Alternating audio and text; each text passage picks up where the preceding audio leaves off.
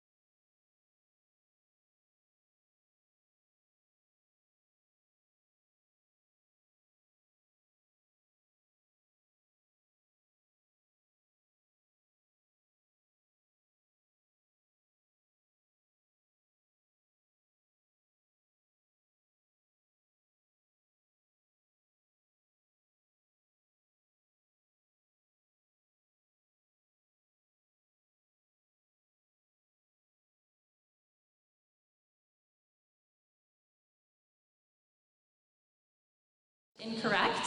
Please do not text that number. I am so sorry, that's completely my mistake. The updated number, can everyone get ready, is 703-302-0157. And that's going to be posted on the event page as well, along with my number again, so you can find it there. I am so sorry about that, and I apologize for anything that person responded to. They're not associated with us. That was just the incorrect number.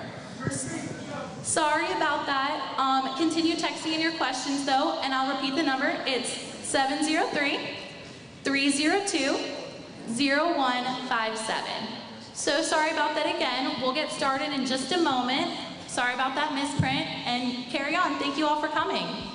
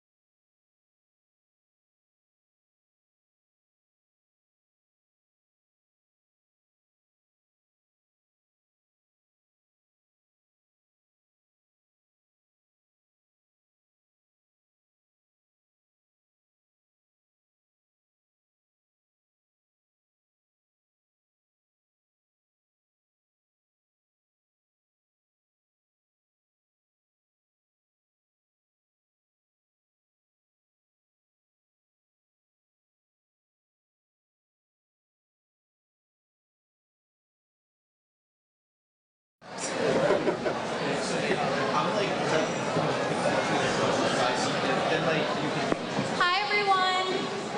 Can I ask everyone to take their seats, please?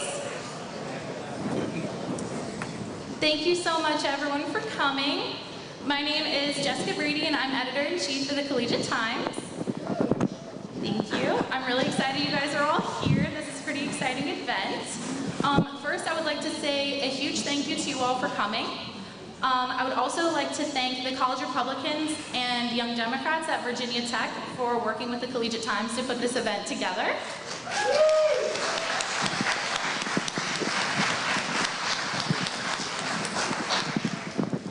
All three of our organizations strongly support promoting positive and productive political conversations on campus. And we want students to be involved in the issues that are facing our school, our state, and our nation.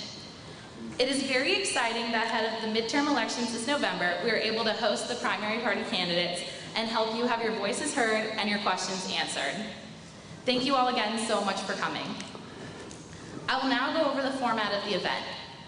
So as you walked in, you were handed a small note card with 2 phone numbers on it. One of those phone numbers is incorrect, Senator Kane's. Please do not use that number. The first number for Corey Stewart, Mr. Stewart, is correct, and you can use that one to text in questions. So what we're going to be doing with those questions is we have this lovely table over here of Cole Nyatt, the chairman of the College Republicans at Virginia Tech. Payne Tarkenton, the president of Young Democrats at Virginia Tech.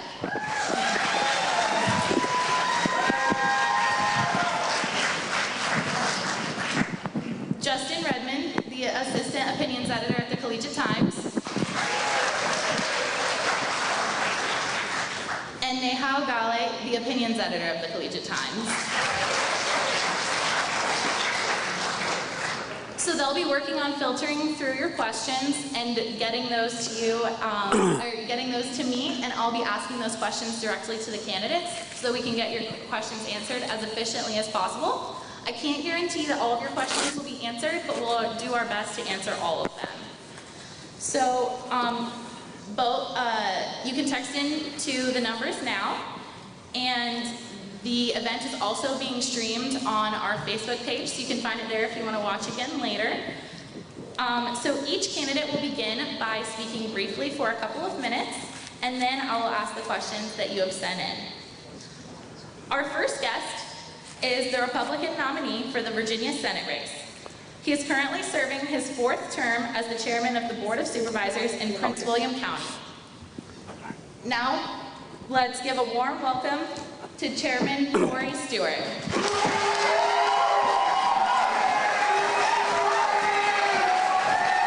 How are you? Thanks a lot. Appreciate it, really do. Good crowd. Well, good morning. Great to be here at Virginia Tech. Future leaders, future doctors, future engineers, really the future of our country. And it's really an honor to be in front of all of you today, Republican or Democrat, independent. I'm very, very privileged to be here in front of you all today. There is a cult in our country. If you want a job with government, you need to join it. If you want a job in the media, you need to join it. If you want a job in a major corporation, you need to join the cult. If you want a job in government and you wish to be promoted in government, you need to join it. Once you're in the cult, you need to mouth all of its tenets. You need to say and agree with all of its beliefs. And if somebody challenges any of those beliefs, you're taught to close your ears and shut them down and to silence them. If you ever attempt to leave the cult, you are shunned and degraded and embarrassed. Today, that cult is taught on our university campuses. It is reinforced by government. It is reinforced by the media, including the social media. This is the cult of political correctness. It is shutting down free speech in our country. You know, our founders knew that the most critical right that a person has, an individual has, in a free society and a democratic form of government is the freedom of speech. Because without it, you do not live in a free country. What the left has tried to do for the past 50 years, for the past half century, is to shut down our free speech. What they could not do by repealing the First Amendment and regulating our rights to free speech through law, they have done through embarrassment and ridicule and intimidation. If you have not become a member of the politically correct cult, the PC cult, I urge you not to join it. If you are a member, I urge you to leave it as soon as possible. And with that, and on that positive note, I am looking forward to a free and civil discussion today. Thank you very much.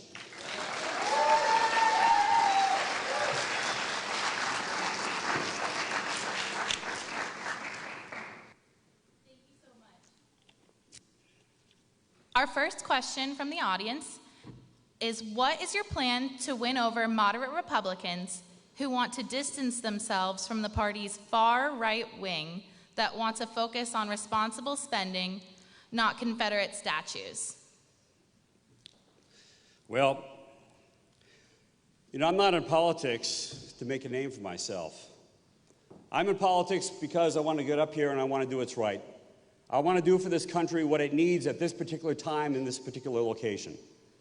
And what we need in America is free speech. And what we need in this America is the challenge of the restrictions on free speech. Now, I don't agree with everything that is said on the far right or the far left for that matter. But the fact of the matter is they do have a right to free speech. And for those of you who say, and approximately 50% of college students today believe that it's okay to shut down speech that they disagree with. It's okay to shout it down. The same 50% believes that it's okay to ban hate speech. The question is, what is hate speech and who defines it? You know, I don't agree with all the radicals on one extreme or the other, but the fact of the matter is that when we try to shut down their rights, eventually we are shutting down our own rights. And I'm going to do what I think is right. And I know there are people, certainly on the left, certainly in the media, and certainly within my own Republican Party, who are trying to shut me down, who would rather that I just went away. I refuse to do that because I believe that in this country right now, more than ever before, it's important that we have somebody who stands against the grain, and that is what I have done, and that is what I will continue to do. Thank you so much. Our next question is, what is your stance on U.S.-Israel relations? I'm a strong supporter of Israel. I always have been. My wife, Maria, we've been married now since 1994. And before that, though, she spent about 2 years on a kibbutz in Israel. My last journey abroad was, and I've traveled a lot internationally, I'm an international trade attorney, was to Israel, where I spent a week. I'm a big fan. I believe that Israel is America's proxy, is the proxy for a democratic form of government in the Mideast. I think it's important that the United States stands strongly behind its strong ally in Israel. Thank you so much. Your next question is, what were your reasons for cutting public health funding by 35% in Prince William County?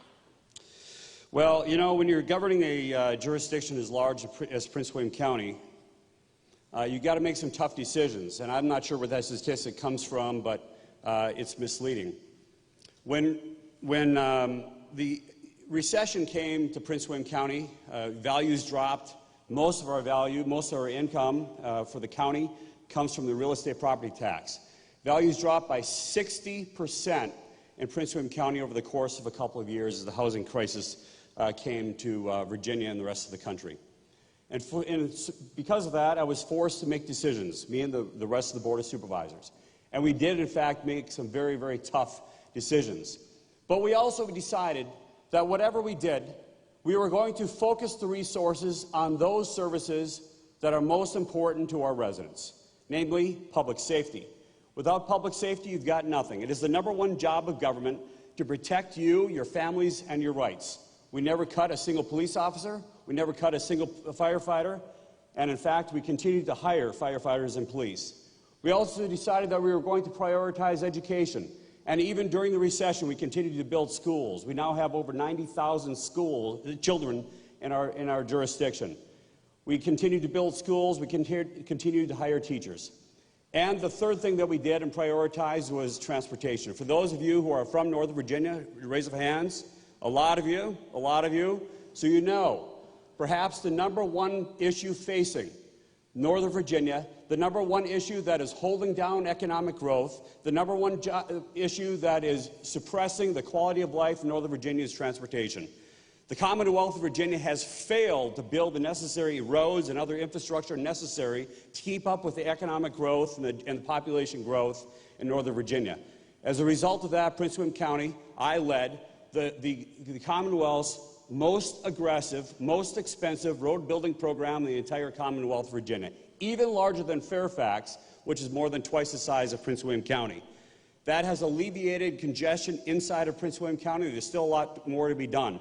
But yes, that took a lot of hard work. It took a lot of very critical decisions. Some things were cut.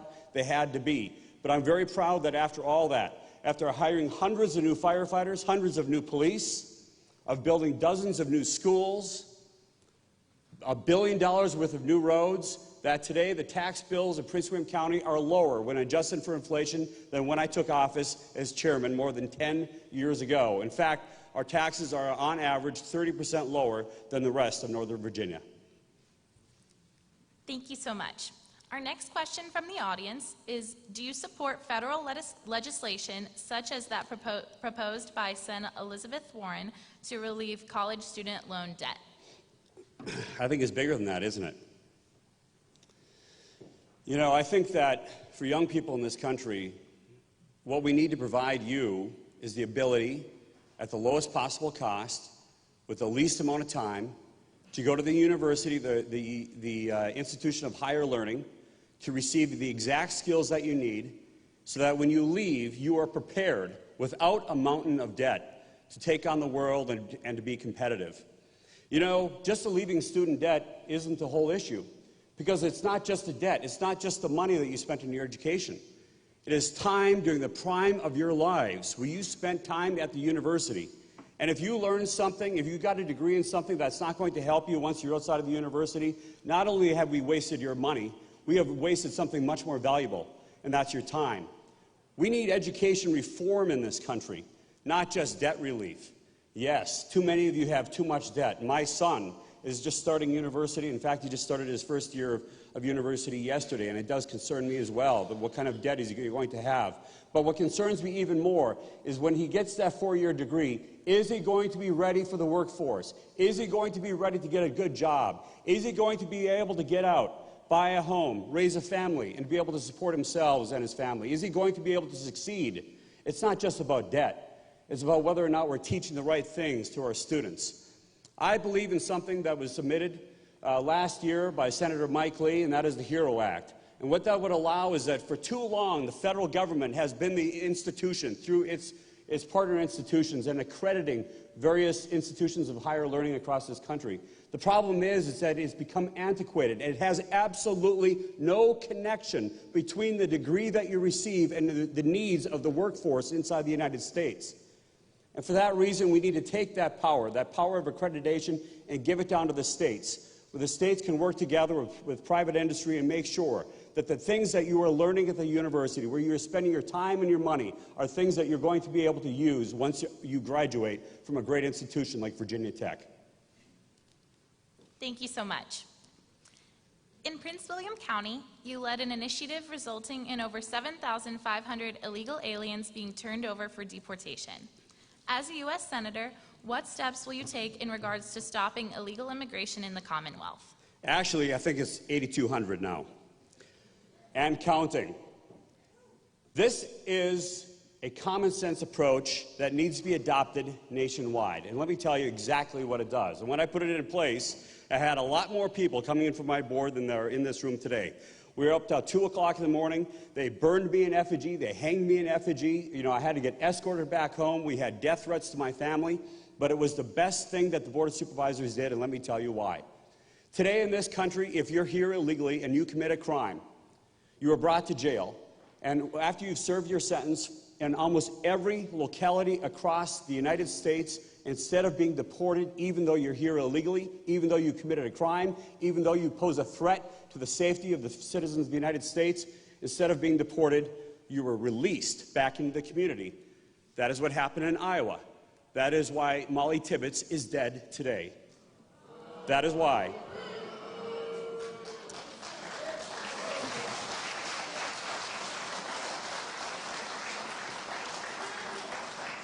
Law enforcement, I'm trying to speak, you can have your chance. Law enforcement wants to do its job. These brave men and women around you in the uniform, they're here to keep you safe. And brave men and women like this are all across this country. They're doing it for the right reasons. They want to do their job. They want to keep you and your family safe. They want to protect you and your rights and your property. And we need to stand behind them. But unfortunately in this country, when we simply release and we won't stand behind our police and we won't allow them to do their job, including federal law enforcement, and we have brave men and women in Immigration and Customs Enforcement, ICE, that Senator Kaine supports abolishing. This is the only institution that stands between criminal illegal aliens and our families. And he wants to abolish it. So in Prince William County, what I did more than 10 years ago, in fact, we adopted it in 2007, was to do this. When somebody is arrested for a crime, we check their immigration status. We don't care what race they are. We don't care what ethnicity they are. We don't care what language they speak. We check immigration status.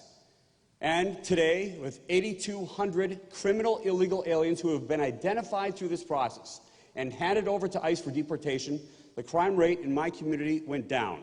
We have saved lives. We have saved people from being the victims of assault, of rape, of murder by criminal illegal aliens.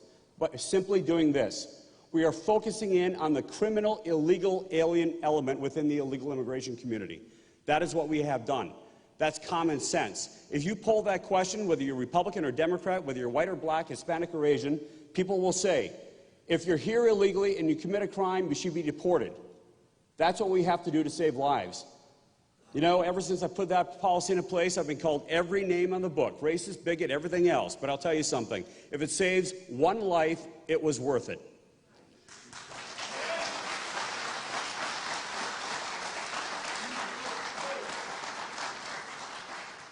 Thank you so much.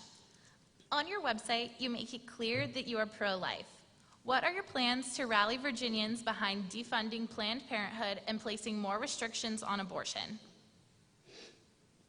I believe that an unborn child is a child.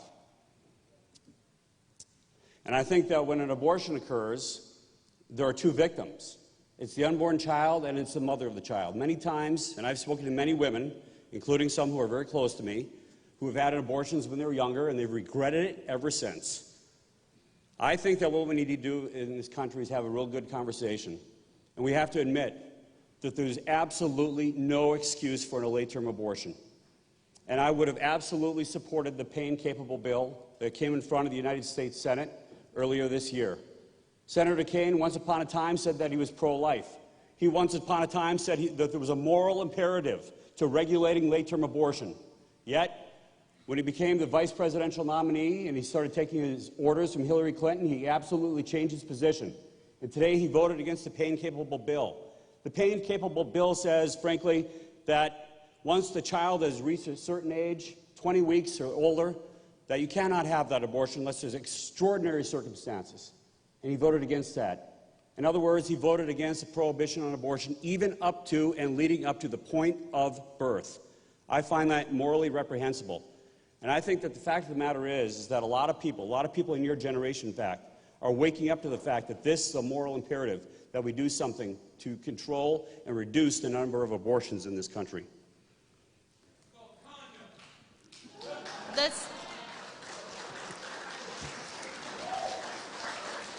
Please hold all comments until the end. As you may already know, I like your spirit. As you may already know, a little over 12% of Virginia's population is made up of veterans. As a U.S. Senator, how do you plan to ensure that veterans and their families receive the funding they deserve during their transition back home?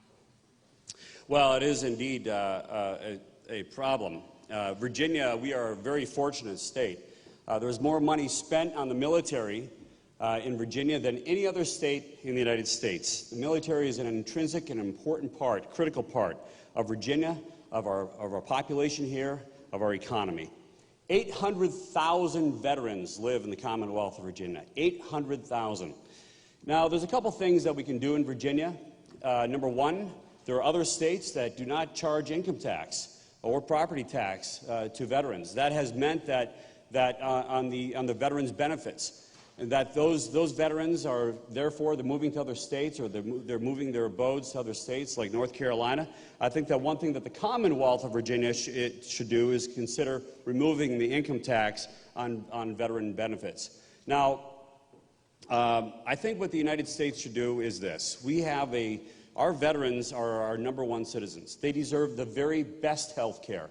Today, unfortunately, they have to wait for weeks, even months, to receive the health care that they want. They don't necessarily have the choice of the doctors that they wish to see and wish to receive treatment from. I think that it all needs to change. I think the President has done some significant things to improve the quality of health care for our veterans, but there's a lot further to go, and I will support any effort to give more choice, more medical choices to our veterans.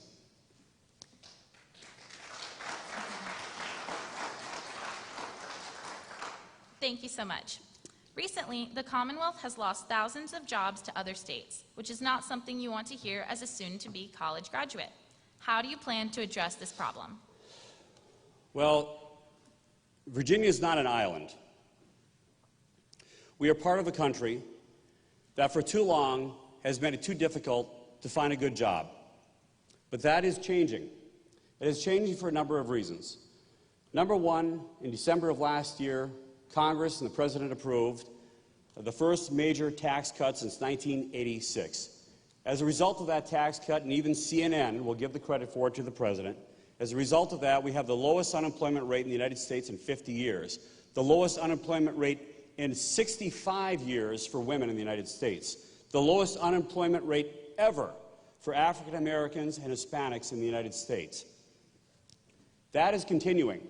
And not only is that, it's getting even better. Wages are growing. Wages for working Americans are growing at the fastest clip in 20 years. Business investment, that means the money that businesses invest in future production, in manufacturing, and capacity is growing at 9.4%. It didn't even reach 2% during the Obama years. Our economy is humming because of this tax cut and the President's deregulation. The President has done more deregulation in a year and a half in the United States than any other president in the 21st or the 20th century, and the economy is buzzing for it. What that means for all of you is that once you graduate from Virginia Tech, you're going to have a lot of job opportunities, an increasing number of job opportunities. Now, I want to talk about one thing that the President is doing that I strongly support in my professional capacity as well as my political one, and that is standing up to our trade partners across the globe.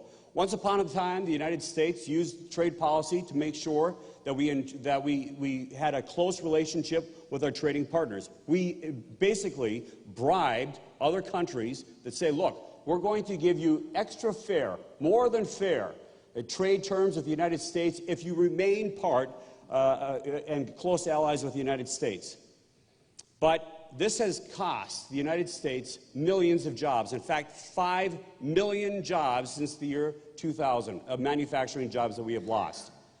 Mostly, this is in textiles, but it's also in all sorts of other things. We've almost lost our steel industry and other industries. Now, one industry that I've been involved in is the automotive industry. If you want to import a vehicle into the United States charges a 2.5% tariff on that vehicle. If you want to export a U.S.-made vehicle to the European Union, the EU charges a 10% tariff on that U.S.-made vehicle. If you want to export a U.S.-made vehicle to China, China charges a 25% tariff on that vehicle, 25%. And so you wonder why we have massive trade deficits with virtually every trading partner across the globe. This is costing us jobs. This is costing us a lot of jobs.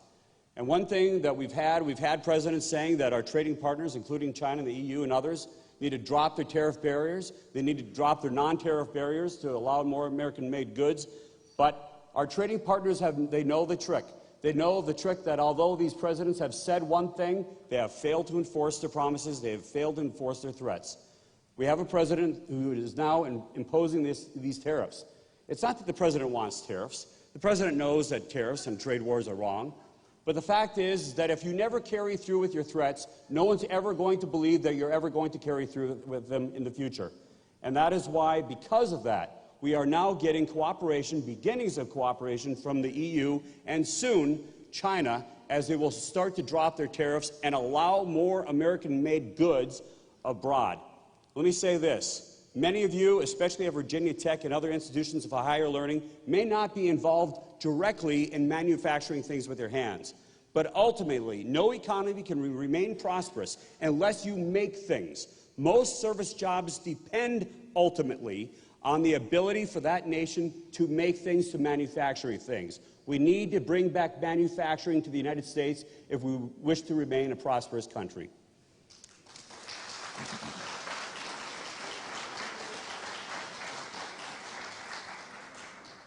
Thank you so much. And this is our last question from the audience. Why should college students go out and vote? We barely pay taxes. Our greatest problem is waking up for an 8 a.m. What issues do you believe are the most pressing to young adults and that demand our attention? Well, Winston Churchill, as I'm sure many of you have heard this quote, but it's absolutely true, and I'm more convinced of its truth every single day. And that is, if you're under 30 years old and you're not a liberal, you have no heart. If you're over 30 years old and you're not a conservative, you have no brain. And here's why. What the question just said, it is true. You're kind of living in somewhat of an island here. It's a great place to be. My college years are the greatest years of my life. Everybody loves college. Somebody else is paying for it. You wake up, the food is there, you've got everything you want. It's a great time if you're on the meal plan. But once you get out of college, suddenly the real world hits. And in the real world, you got to get a job.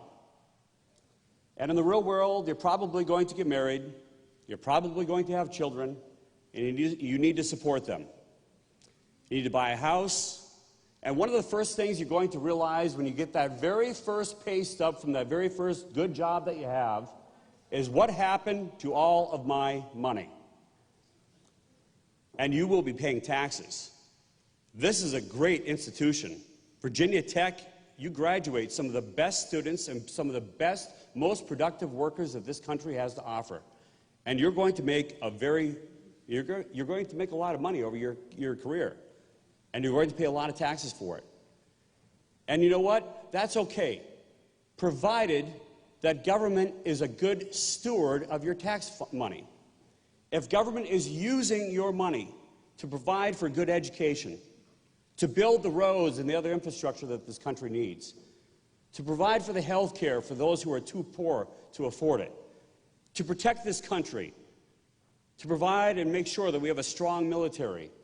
These are all things that we've come to expect from our national government. And what you should demand is that it is done in the most efficient way possible, in the best way possible, without burdening, with the least burden on its citizens and on its businesses. That's why you need to get out and vote, folks.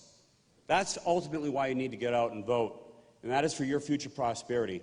And I would add this one other thing, and I know that, speaking about political correctness and in audiences that are a little bit, older than you, it's more cerebral, and it's not something that I normally talk about as much.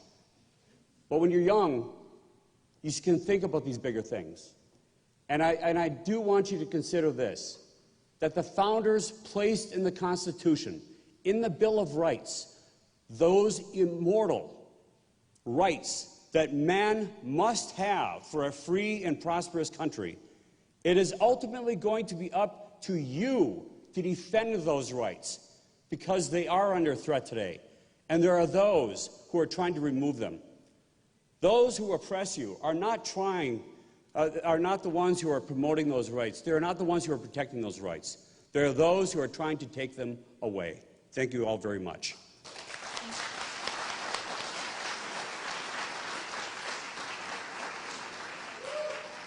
Let's give a big thank you to Chairman Stewart. Thanks.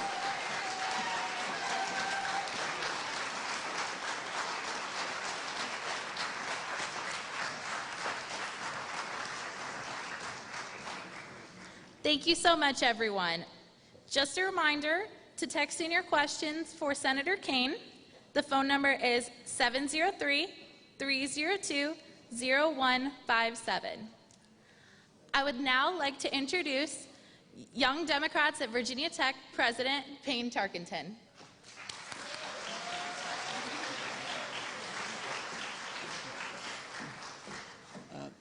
Thank you, Jessica.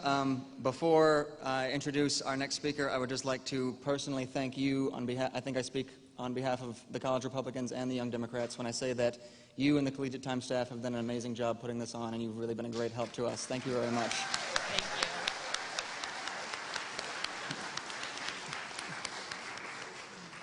And before I forget, I would also like to thank the wonderful officers from the Virginia Tech Police Department who are here making sure that we are all safe.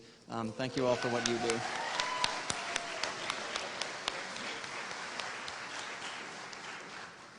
And with that, you're not here to hear me drone on. You are here to hear from our next speaker, a man who grew up in a middle-class neighborhood and who has a commitment to service that came through in his time as a missionary in Honduras, in serving in the Richmond City Council, as the mayor of Richmond, as the 70th governor of our beautiful Commonwealth, and now, since 2012, as our U.S. Senator. I am happy to say that I am represented by this man, and I speak on behalf of the Young Democrats at Virginia Tech when I say we are thrilled to endorse our next speaker. Ladies and gentlemen, Senator Tim Kaine.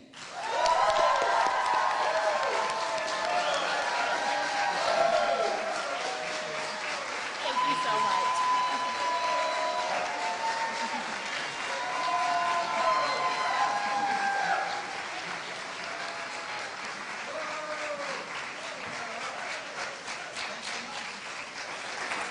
And is it, I do a little opening and then, Yes, sir. well, it is great to be here at Tech, and I want to thank all of you for coming, for the opportunity to have a dialogue, and I'm really happy because my wife Ann just walked in, and she's sitting right here in the front row,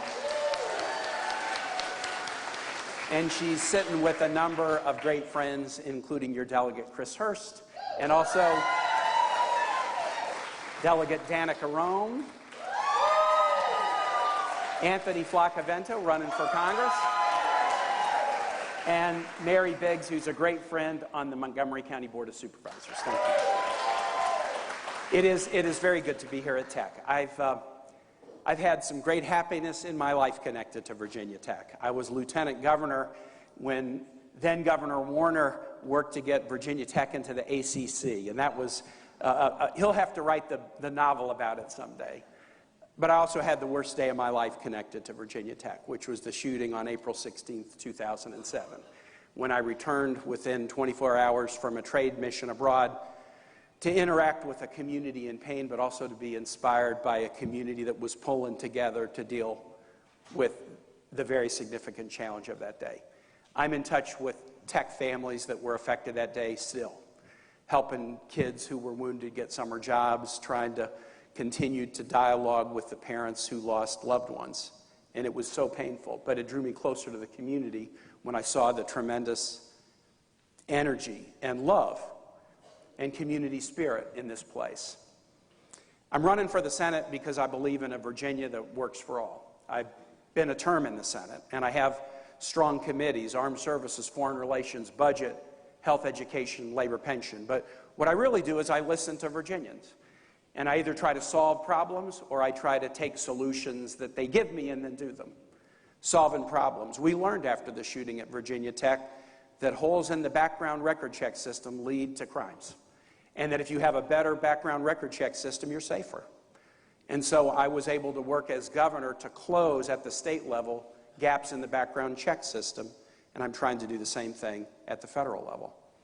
I also take solutions from Virginians. There was a day when I was governor that I was given a speech in Roanoke about tourism at the state level, and then President Charlie Steger and the head of Carillion, Ed Murphy, said, "We want to talk to you about an idea." And they came and presented to me the idea of a Virginia Tech Medical School and research complex to be built right in downtown Roanoke. And they asked if I would support it at the state level.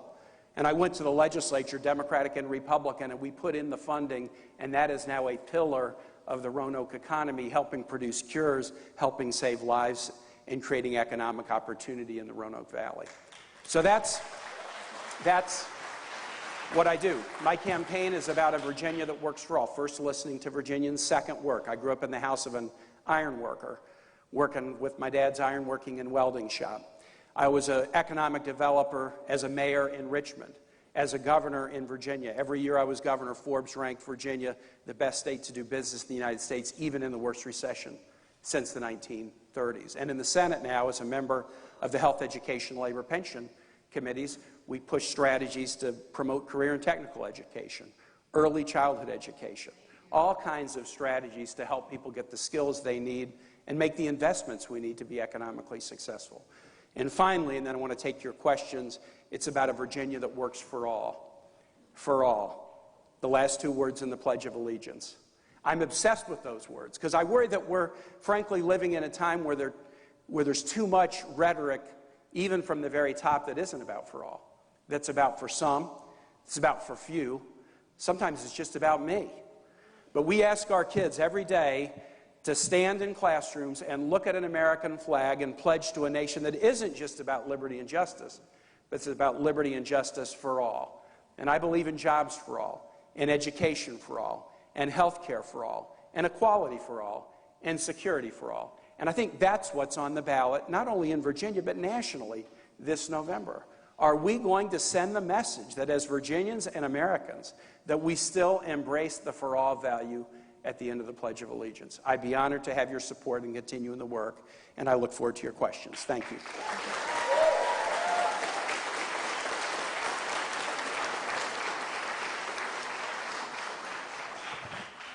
Thank you so much, Senator.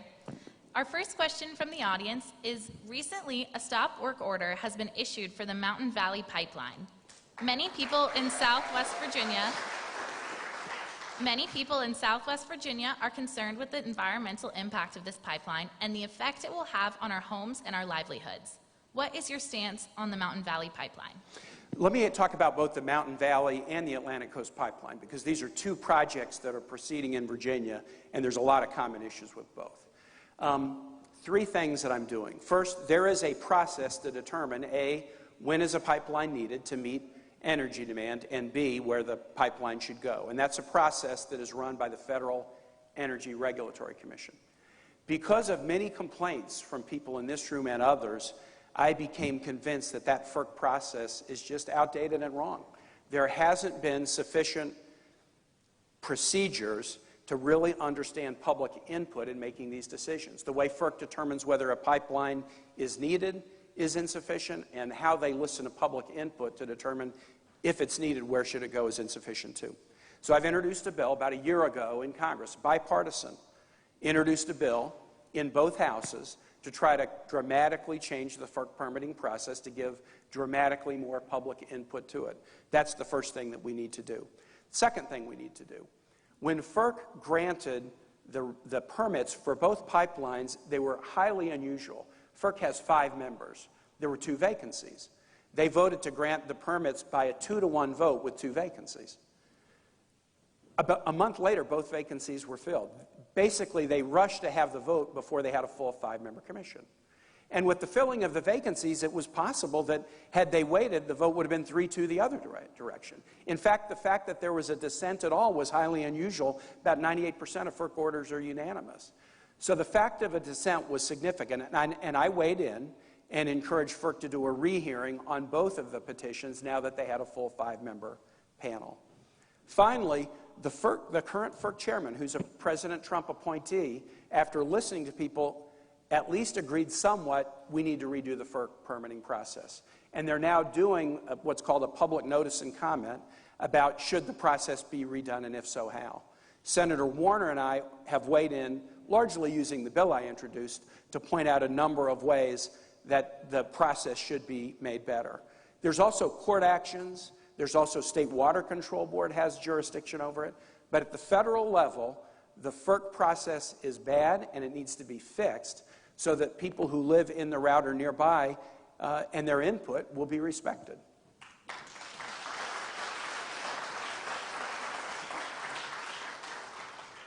Thank you so much, Senator.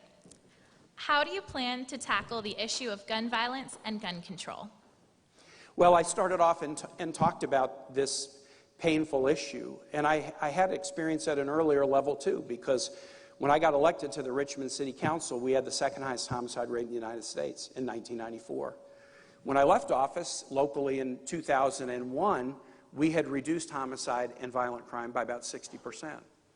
When I became governor, we had an effort to try to make Virginia safer. And even with horrible tragedies, like the tragedy at Virginia Tech, by the end of my time as governor, we had worked our way into the ranks of one of the 10 safest states in the country, which Virginia hadn't been in for a very long time, if ever, in terms of our crime stats.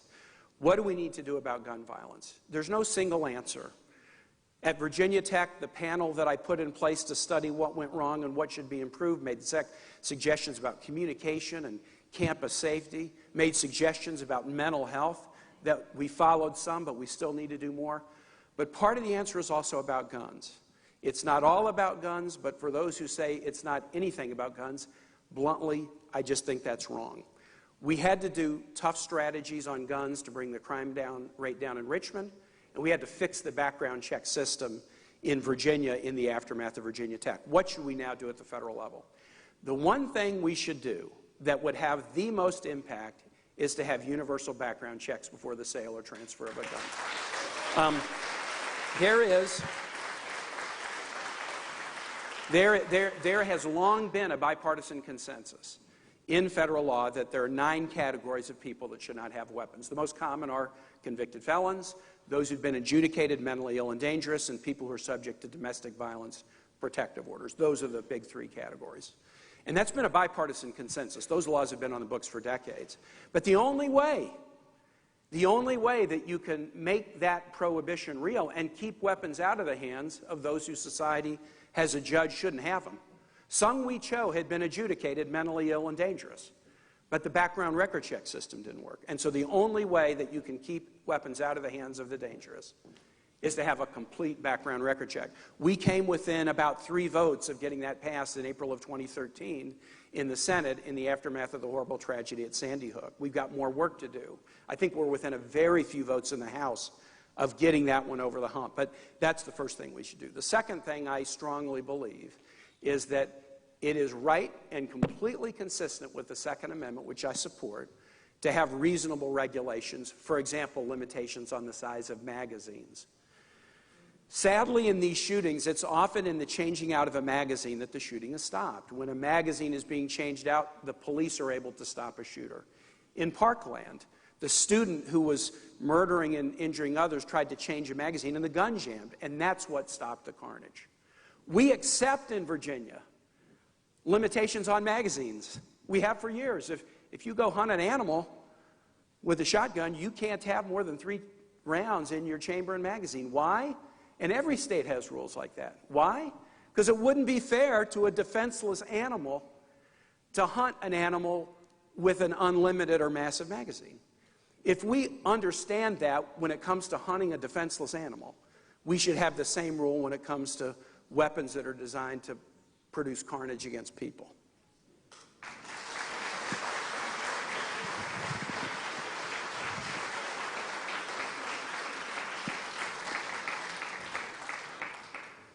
Thank you so much.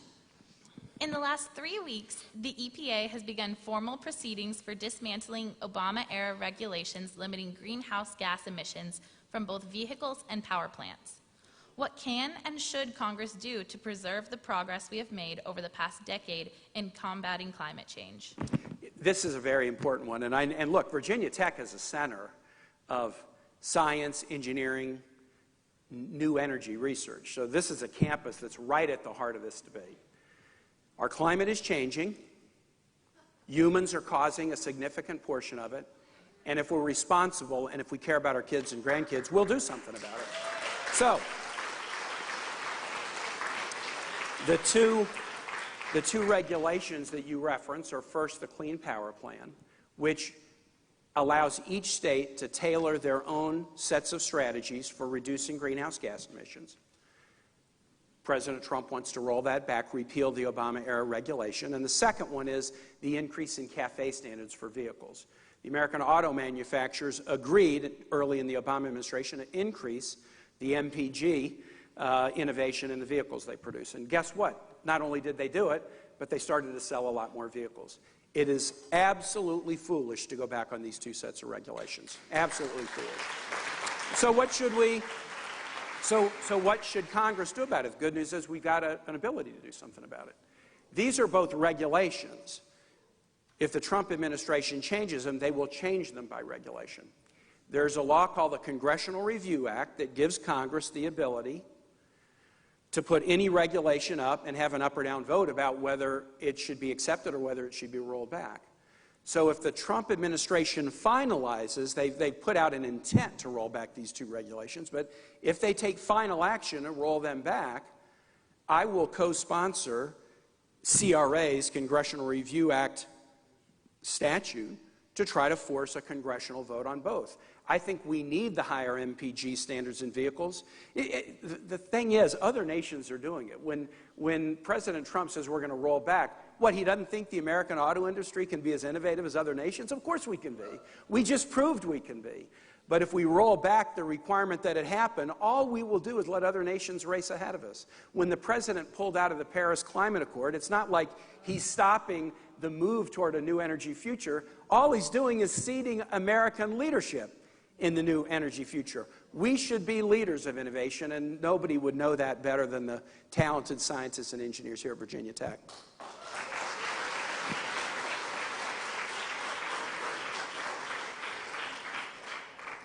Thank you so much. As a land-grant university, many of our faculty members work closely with the USDA National Institute for Food and Agriculture. There are plans to move NIFA out of Washington. Do you have a stance on this move, and what do you think, who do you think would benefit from it? Excuse me. You know, I mean, I'll be blunt. No, I didn't know that that was being discussed. I generally think, though, if we can take key federal agencies and move them around the country, that's not a bad thing. We have a joint NATO command. It's not in Washington, it's in Norfolk. It's one of two joint NATO commands in the world. The Centers for Disease Control, not in Washington, they're in Atlanta. And so if something that's focused on food safety and agriculture could be better located in a community that is, you know, right in the heart of ag and food production, I mean, that would make sense. Now, I want to compete so that it's in Virginia. You know, we are able to get things like the NATO Joint Command and other key commands in Virginia because we've got a great trained workforce. Ag and forestry is still #1 in Virginia. Land-grant university, Virginia Tech has been connected to ag, to our extension service from the very first days. But the notion that it might work somewhere else, that doesn't trouble me at all. Thank you. Mm-hmm. So this next question from the audience. I'm Catholic, and I know that you are also Catholic. What would you say to Catholics like me who support the pro-life movement to vote for you? Well, first, I would say to anybody, if you're pro-life, advocate for that. Persuade, act, preach, believe, talk to your friends about it. I think that's what being pro-life means, is adopting a moral position and then advocating for it. I am a Catholic, and I live in accord with the rules of my church. But I don't think my job as an elected official is to mandate the rules of the Catholic Church for everybody. I don't think that's the goal. I think abortion is like a number of issues that are really important, where we listen to each other, persuade one another, learn from each other, consult with our own religious beliefs, and then make decisions. There are many issues like that. I'm a Catholic. The #1 principle of being Catholic is believing in the divinity of Jesus Christ. But you would never pass a law. You would never pass a law forcing people to do that.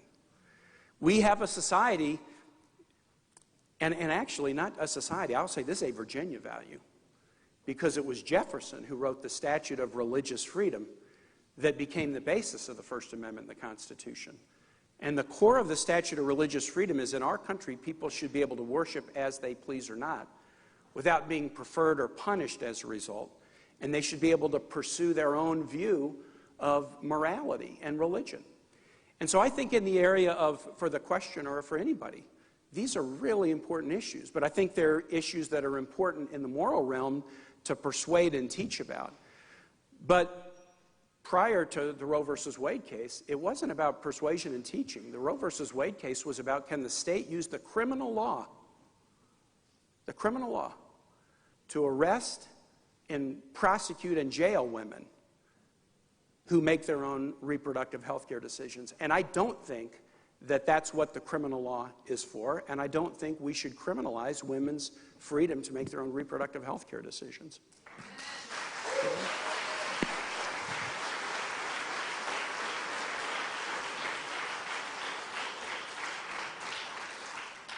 Thank you so much.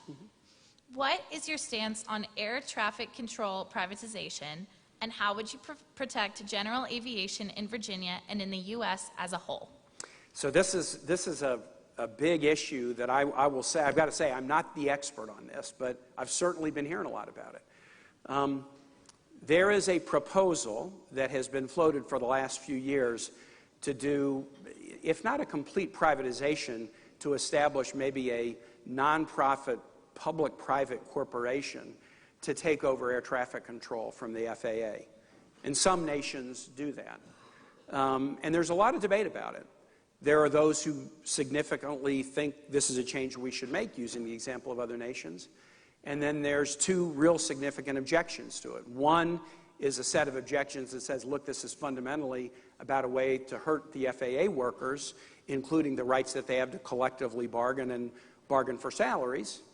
And second is general aviation. So general aviation, the private pilots, really do not like the idea of the privatization, because they believe, and I'm not a pilot, so this is just what they tell me, they think if there was a privatization, it would really focus almost exclusively on commercial aviation, and it wouldn't sort of take into account or weigh the tremendous general aviation in the country. So I have yet to be convinced, I guess if we're going to talk about a fundamental change, convince me that what we have is broken, and then we'll talk about fundamental change. I've yet to be convinced that what we have is so fundamentally broken that we need to move to a privatization model.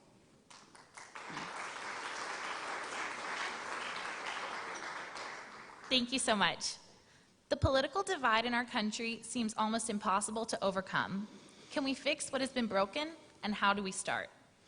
I don't think it's as bad as it seems. And I'll tell you what I mean by that. First, with you. Is there division? Sure there's division. Sure there's division.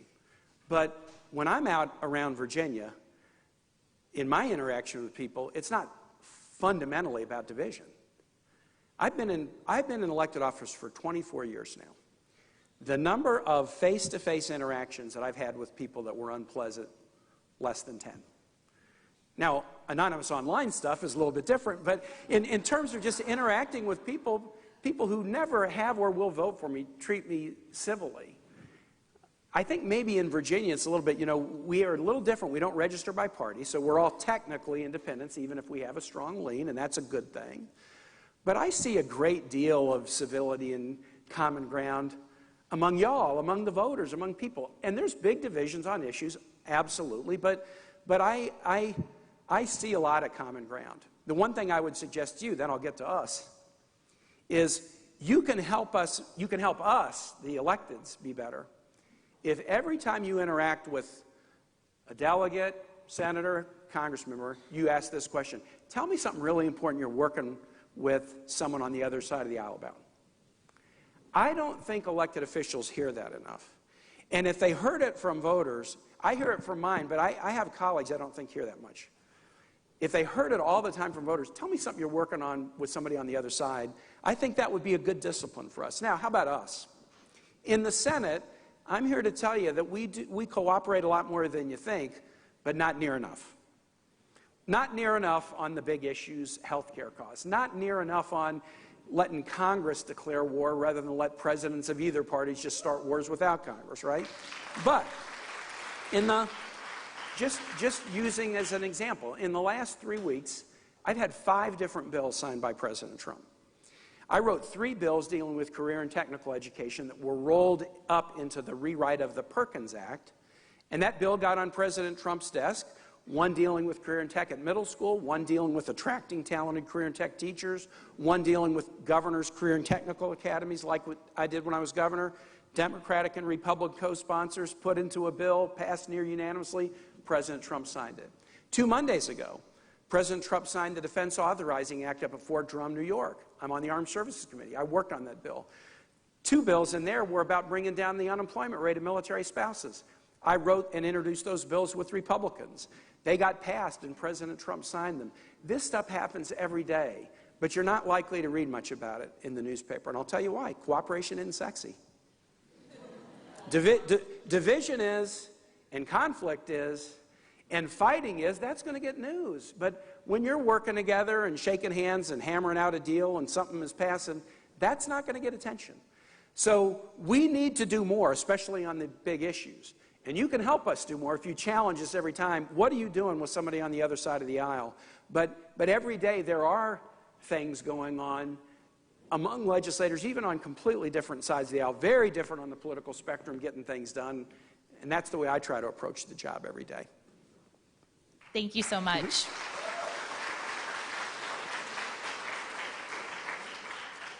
Thank you. This will be our last question from the audience for the senator. How do we get students and young people involved in this election? Well, first, I got to tell you why it's important. You won't get involved if you don't think it's important. So let's start there. And I guess I'll have 2 messages and maybe a practical how-to. First, why it's important. My wife Ann and I have 3 kids in their 20s, so slightly older than most tech students, but not too much older. And from my understanding of them and their friends, this generation cares deeply about equality issues. There are fundamental differences between candidates and parties about equality issues. I think for all in the Pledge of Allegiance means for all. And I think we have to embrace equality for everybody, no matter where you're from or the accent you have or the color of your skin or your gender or your sexual identity, who you love, your religion, whether you have money, whether you have a degree or you don't, what region you live in. We got to be about equality. And I think young people get that so much, and that's at stake in elections. I think young people are worried about the climate. I think young people are worried about whether they're going to have a planet that they'll inherit that will have the same natural beauty and opportunities that we have. And if you care about it, elections are about that. I know young people care about costs of education. Young people care about debt and college costs. Young people wonder why it is in this country you can use the bankruptcy laws to refinance or get rid of a debt on a yacht, on a private plane, on a casino, on an office building, but you can't use those same laws to renegotiate student loan debt. That makes no sense. So the first reason for students or everybody to get involved is there's a whole lot of issues. Healthcare, retirement, the security of our nation and our military. There's a whole lot of issues where these elections make a difference. But the second issue is, it's not just that there's a difference between the candidates. To young people, you make a difference.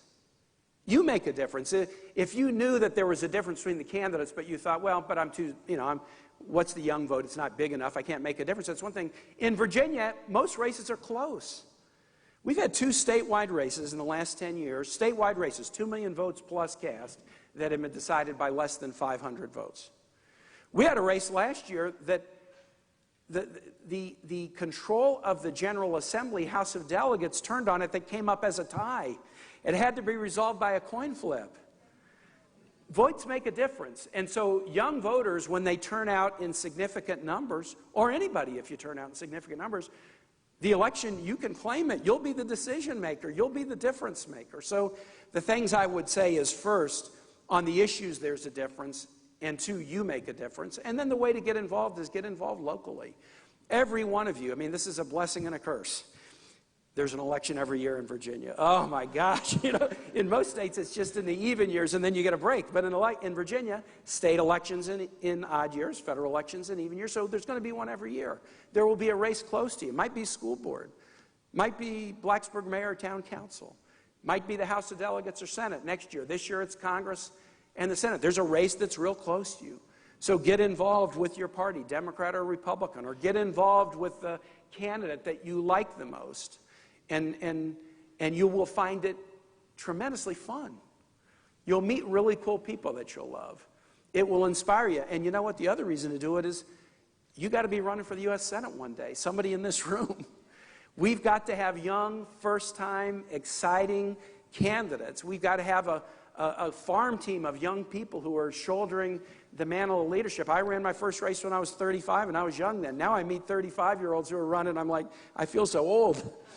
We got to have 25 and 30 and 35-year-olds to run, and if you start to get involved, some of you will decide, I hope all of you will decide that public service one way or the other, PTA member, help on a local charity, public service one way or the other is for you.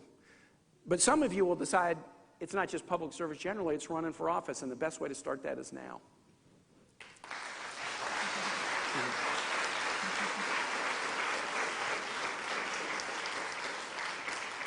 Please join me in giving a big thank you to Senator Tim Kaine. Thank you a lot. Thank you. Hey, thanks. Really good to be with you guys. Thanks. Thank you guys. Really good to be with you. Thanks so much. Good to be with you. Thanks.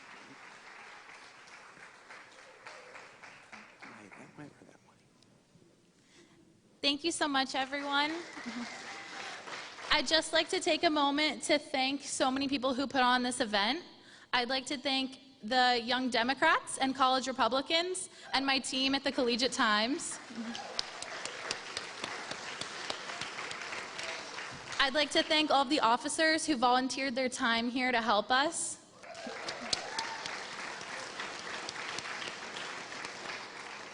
I'd also like to thank event planning and our production services over here for helping us put on this event.